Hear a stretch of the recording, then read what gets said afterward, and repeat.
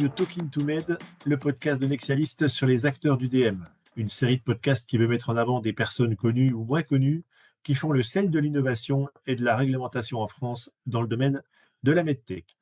Aujourd'hui, je suis ravi d'accueillir au micro de You Talking to Med Magali Genet, dirigeante d'Alcis, PME byzantine avec qui j'ai un long passé commun. J'ai rencontré Magali au début de l'année 2012. Elle venait d'être employée par Jean-François Delforge, alors dirigeant de cette entreprise, et nous collaborions sur un projet européen. Le nom du projet, le projet Hobbit. Depuis cette rencontre effectuée dans les locaux de l'INSA à Lyon, nos routes se croisent régulièrement et j'ai ainsi pu apprécier la belle évolution de Magali au sein d'Alcis, passant d'ingénieur R&D à dirigeante. Magali conduit aujourd'hui une vingtaine de salariés dans le développement et la fabrication de dispositifs médicaux de classe 3, dispositifs qui vont contribuer à diagnostiquer et à traiter l'épilepsie pharmacorésistante.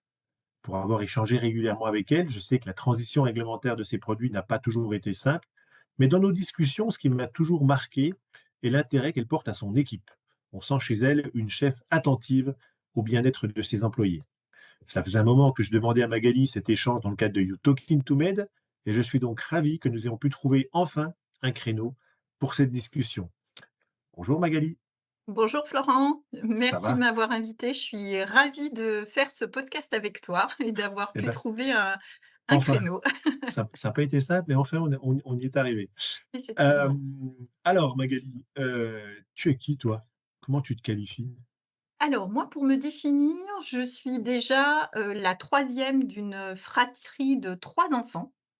Donc c'est important effectivement, dans mon parcours de vie puisque je suis originaire de Montsolémine et je suis effectivement, la fille d'une famille, de mineurs, de, père en fils et j'avais, besoin de le notifier ici parce que c'est vraiment dans ce cadre familial où on m'a, transmis, la valeur travail.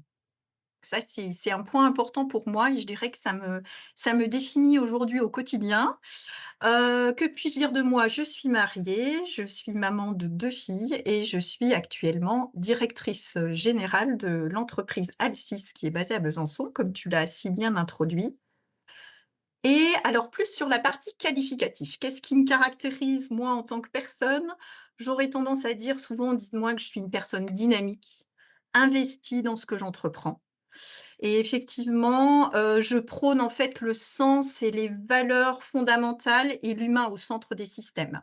Ça, c'est ce que Et j'avais d'ail remarqué. Mm. effectivement et ce n'est pas par hasard aussi que je me suis engagée en 2020 dans une association, le CJD, donc le Centre des jeunes dirigeants d'entreprise, où, nous sommes donc un panel de dirigeants et notre objectif, c'est de mettre l'économie au service de l'humain et non pas l'inverse, en bâtissant des entreprises qui soient durables et responsables.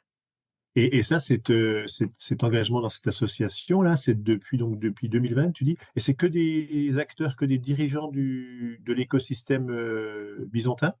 Alors c'est un mouvement national D'accord? et en tout cas, moi, je suis membre de la section de Besançon qui rassemble, 75 dirigeants Ah, d'entreprises, quand même. de Besançon dans tous les domaines, d'application possibles, de l'entreprise, avec un seul, le dirigeant lui-même et de, très grandes entreprises à plusieurs, milliers de personnes. Ok, très bien. Et alors, donc là, on a vu que tu venais de Montsolimay. Donc, si tu pouvais nous parler un petit peu de ton parcours de formation, qu'est-ce que tu as fait comme études? Comment est-ce que tu étais dès le départ? Est-ce que c'est la santé qui t'a motivé ou est-ce que tu es arrivé un peu par hasard dans le domaine du dispositif médical? Parle-nous un peu de ton parcours, Magali. Alors dès le début, je dirais que la santé pour moi ça m'a motivée, donc j'ai toujours hésité entre médecin et on va dire, la physique. La physique, c'était vraiment une matière qui me passionnait dès le début et je voulais aussi être médecin. Alors peut-être au moment où il a fallu choisir le cursus par peur, par crainte, voilà, je n'ai pas choisi la voie médecine et en tout cas, j'ai fait un double cursus. Donc, j'ai fait un double cursus en parallèle, c'est-à-dire que j'ai fait une, faculté de physique à Dijon, physique fondamentale avec une, spécialité en physique quantique et en parallèle, j'ai fait également une école d'ingénieur, dont j'ai obtenu le diplôme en 99, donc Sup Optique à Paris, D'accord. où j'ai réintégré ce cycle-là pour donner, je dirais, plus de concret, aux sciences que j'ai pu apprendre dans le cadre universitaire. Donc c'était vraiment d'allier la connaissance scientifique fondamentale au concret de l'école d'ingénieur. Et effectivement, quand j'ai été diplômée en 99, au moment, de ma sortie en optique, c'était plutôt le boom des télécommunications Mmh. ou le boom de l'utilisation de l'optique dans le cadre de l'armement. Donc pour moi, ça n'avait pas de sens de mettre à profit ma connaissance dans ces domaines-là, et j'ai eu l'opportunité de rejoindre une start-up à ce moment-là à Paris. Donc c'était les 2 fondateurs, qui est en train de créer ce projet. J'ai été la première salariée à rejoindre en fait ce projet. Donc Monakia Technologies, donc où on est parti en fait d'une idée, d'un concept de technologie optique qui permettrait d'observer les étoiles. Donc on s'est inspiré de technologies optiques dans l'astronomie pour en fait, le transposer à l'observation des cellules dans le corps humain pour détecter de manière précoce le cancer. Donc j'ai démarré en tant qu'ingénieure R&D, Ah, moi, en je pensais que tu avais rejoint Mauna Kea dans le cadre d'un stage. Pas du tout, tu as été, tu été la première employée de Mauna Kea. j'étais la Ça- première employée de Monakia. Donc, la première employée que Sacha Loiseau a Exactement, oui. Le embauchée, fondateur, l'un le des fondateur. fondateurs, donc Sacha Loiseau, oui, Mm. que j'en parlerai peut-être un petit peu plus dans ce podcast parce que Sacha était l'une des personnes qui m'a beaucoup Ah, inspirée ouais. dans mon parcours professionnel, oui. Mmh. Mm. D'accord, donc mais là, ça veut dire que donc tu fais tes études à Dijon, donc tu restes Oui, dans le cadre de la Bourgogne, puisque tu es bourguignonne à la base. c'est ça. Et après, tu montes à Paris et tu restes à Paris donc pendant un certain temps. Tu restes combien de temps chez Monaca? Chez Monakia, je suis restée 12 ans. 12 ans, j'ai vraiment vu l'évolution de cette structure, donc deux cofondateurs à la base avec moi en tant qu'ingénieure R&D.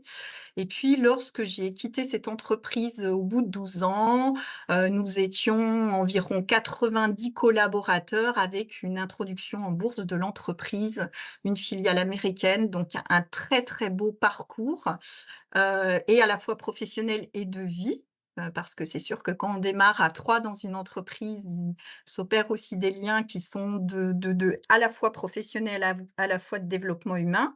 Et donc je dirais que j'ai évolué avec cette entreprise. Donc tout d'abord ingénieur en R&D, puis chef de projet, puis responsable de la partie R&D, pour finir responsable produit au sens large, puisque c'est là où j'ai découvert, je dirais, un peu plus la qualité et les affaires réglementaires, puisque j'étais également responsable de toute la partie réclamation client, amélioration continue des produits, voilà. Donc j'avais effectivement une vision très transverse de la gamme sur laquelle on travaillait. Et OK, donc ça, c'est très clair, c'est très, enfin, je suis très admiratif de ce parcours-là. Pourquoi tu reviens à Besançon? Alors, je reviens à Besançon, heu voilà, je ne suis pas originaire de Paris. La vie parisienne, était plutôt pesante pour moi, à un moment donné, effectivement, lorsque, voilà, j'ai eu mes 2 filles. Ouais.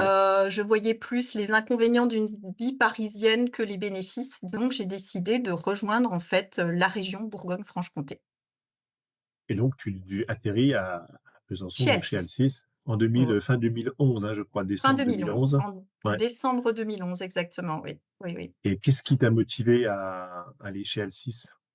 Alors chez Alcis, je dirais que c'est une rencontre. C'est une rencontre, c'est-à-dire que moi je faisais beaucoup les salons. Les salons, donc je faisais le MedTech France et j'ai eu l'opportunité de rencontrer Serge Piranda, dans le cadre d'un MedTech à Besançon, et au moment de cette rencontre, voilà, j'ai demandé à Serge, quelles sont les entreprises dans le dispositif médical, à Besançon, et Alcis est apparu, Et voilà. donc c'est Serge qui t'a et je savais pas que c'était Serge qui t'avait, incité à postuler et à contacter Jean-François. OK, très bien. Hem, OK. Hem, Alors là, on a vu un petit peu ton parcours. Aujourd'hui, en tant que dirigeante d'Alcis, depuis combien de temps là, Magali, tu as pris les rênes Alors, d'Alcis? j'ai repris la direction générale en août 2020. En août 2020, donc depuis maintenant, voilà, bientôt 5 ans. 5 ans, ouais. Ouais. Comment toi, en tant que chef d'entreprise, tu vis le passage réglementaire actuel, et comment tu perçois ces évolutions réglementaires? Alors moi, je dirais que je le vis, bien à l'heure actuelle pour 2 raisons principales. Bah, la première, c'est que nous avons obtenu les certificats MDR en début de cette année. Donc, peut-être que tu m'aurais posé la question l'année dernière si L'année dernière? voilà, ma réponse aurait été Ok. peut-être légèrement, je dis légèrement différente. Pourquoi? Parce que j'ai tendance à vivre les changements de manière, positive. Pour moi, les changements, dans la vie au sens général, pour moi, sont des opportunités de développement et d'amélioration et je dirais que celui-ci, pour moi, je l'ai pris plus comme effectivement une opportunité et de me dire que, plus de sécurité pour le patient. Le fait d'aller chercher de la donnée clinique en permanence, de l'analyse de données cliniques pour démontrer la performance des dispositifs, pour moi, c'est un élément essentiel et c'est un gage de qualité pour les patients. Donc j'ai vécu ça plutôt positivement. J'aurais tendance à dire que le seul bémol, dans cette transition qui a été, très longue et qui a nécessité beaucoup d'investissements à la fois humains et financiers, je dirais que c'est un léger ralentissement de l'innovation. Hein, parce qu'effectivement, l'investissement qu'on a fait pour cette transition, ben, pour certaines entreprises, ou en tout cas pour l'entreprise Alcis, on n'a pas pu, faire, des investissements en R&D aussi importants qu'on aurait pu l'espérer et donc c'est peut-être un léger ralentissement de la partie innovation. OK, et ce qui veut dire qu'aujourd'hui, dans ton quotidien, donc maintenant là, tu es passée, dirigeante. Alors j'ai 2 questions. La première, c'est, quelles ont été les difficultés que tu as rencontrées, du passage de responsable R&D ou en tout cas de CTO, hein, j'avais presque envie de dire avant, Mmh mh. et maintenant que tu es la CEO d'Alcis. Hem, Quelles ont été les difficultés que tu as rencontrées en prenant, les rênes de l'entreprise? Et puis au quotidien, aujourd'hui, qu'est-ce qui te motive et quels sont les points qui te plaisent moins? Alors la grosse différence effectivement entre le passage en tant que CTO, directrice des opérations et directrice générale, c'est la partie gestion financière, très Ouais, clairement, hein. et tu aimes bien C'est ça? oui, oui, oui, j'aime Ouais? bien. Ah ouais? Ah ouais? Oui, oui, oui, c'est quelque chose qui me va plutôt bien, c'est-à-dire que, ça me permet finalement par rapport en tant que CTO, j'avais une part de définir la stratégie et les objectifs de l'entreprise, mais cette part, effectivement, il y avait, de la gestion budgétaire à mon niveau, mais cette part de mettre en fait en adéquation, les ressources financières, humaines et matérielles d'une entreprise et avoir vraiment être donneur d'ordre sur ce point-là, au regard de la stratégie de l'entreprise, oui, c'est quelque chose qui effectivement me plaît. Ouais. Ah ouais, OK. OK, et aujourd'hui, donc ce qui te plaît un peu moins, c'est quoi dans ton quotidien? Alors Il y a ouais, Non? j'aurais tendance à dire rien. Rien? Ouais, OK, Tout tant tout mieux. tout me plaît, la gestion humaine avec ses hauts et ses bas, avec ses aléas, mais je trouve que la gestion de l'humain, pour moi, c'est quelque chose d'enrichissant au quotidien. Développer les collaborateurs, pour moi, c'est riche, c'est fait de difficultés, mais c'est riche. Donc me déplaire, je dirais rien et je dirais que j'ai la chance et ce n'est pas qu'une chance, je me suis donné les moyens, de choisir mon métier. Mmh mh. Et donc voilà, j'aime ce que je Tu fais aimes ce que aujourd'hui. tu fais. OK. Ouais. Alors on va passer à la section, numéro 2. Après ton parcours. On va voir un petit peu les côtés personnels. De quoi es-tu le plus fier, toi, Magali, dans ton parcours? Alors dans mon parcours professionnel, c'est mon expérience chez Monakia Technologies, où j'ai démarré, je me souviens, je le matérialise par une image, je me vois, dans un bureau avec, je le dis souvent, un crayon, un papier. On démarre, de zéro. On a, 2 cofondateurs qui vous expliquent leur vision, leur concept. Leur background puisque Sacha Loiseau est un astrophysicien à la base, donc il vous partage son expérience, à la NASA, ce qu'il a appris en astrophysique et il vous explique l'histoire et là où il a envie d'aller.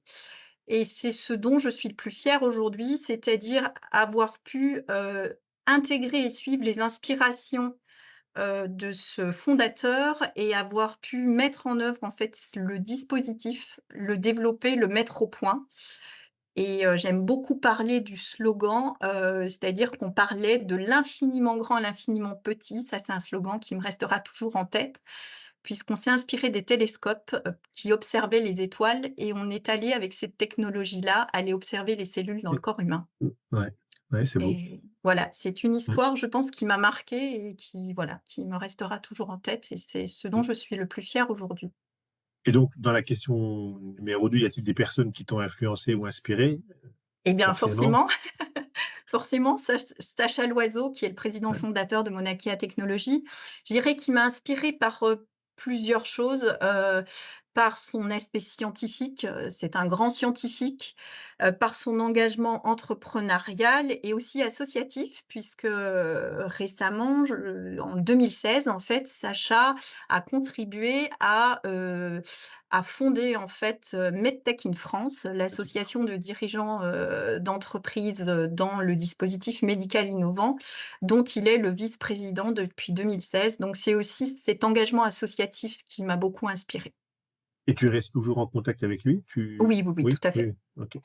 Oui et Alors j'ai aussi ouais, les personnes qui m'ont inspirée, bah, ce sont mes parents aussi, hein. C'est vrai qu'on parle beaucoup du domaine professionnel, professionnel?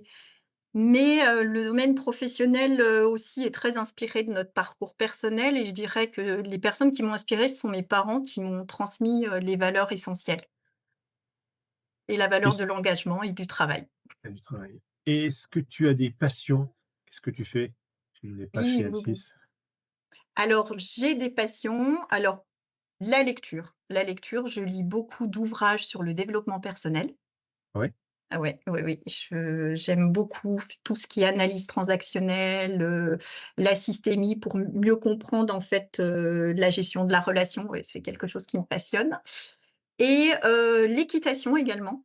J'ai pratiqué l'équitation un peu tardivement, mais surtout ce sont mes filles qui font de l'équitation et je suis aussi, trésorière de l'association des cavaliers du centre omnisport Pierre Cropet D'accord.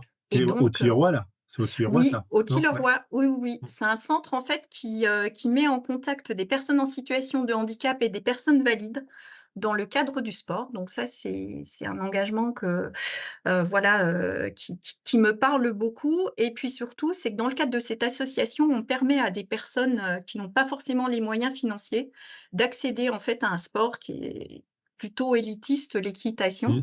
en faisant des événements et puis en permettant, une contribution financière à ces jeunes, qui sont pleins de motivation et plein Ouais. d'engagement et voilà, qui souhaitent faire des OK, concours, au cours de l'année.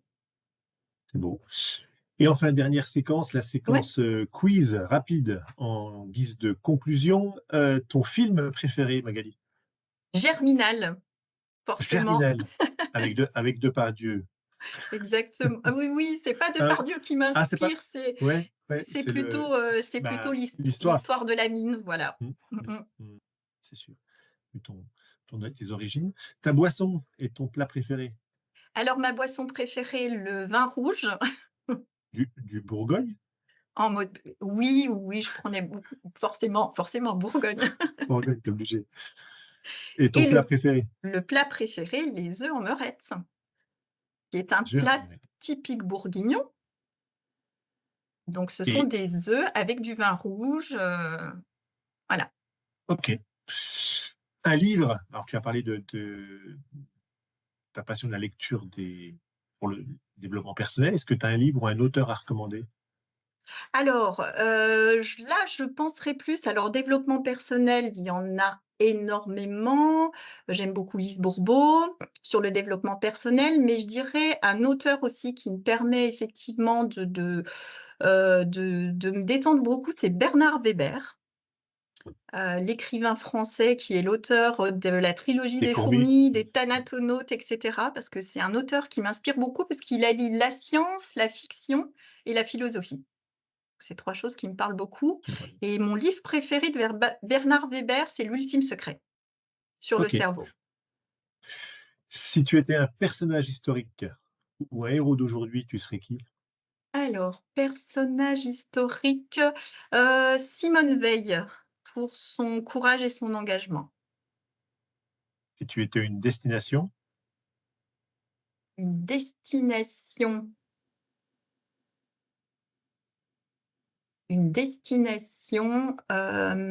les îles polynésiennes. tu es déjà allé ou tu as envie d'y Oui, aller? oui, Tu es oui, déjà oui, allé? j'y Ouais? suis déjà allée. OK. Et ça, c'est par rapport à Mauna Kea ou sinon? Parce que Mauna Kea, c'est pas une île, en Non, Polynésie, Mauna Kea, non? en fait, c'est un site d'observation astronomique au Chili, là Ah, c'est au où on Chili. retrouve les plus grands télescopes, au monde OK, je croyais que c'était une petite île, en et je n'ai Polynésie, pas eu moi. l'opportunité d'y aller d'ailleurs, Ouais, OK. merci pour l'idée. Ouais. Et enfin, dernière question, si tu étais un DM ou si tu devais inventer un DM, ce serait lequel? Alors si j'étais un DM aujourd'hui, eh bien, ce serait les électrodes profondes pour Pour traiter l'épilepsie?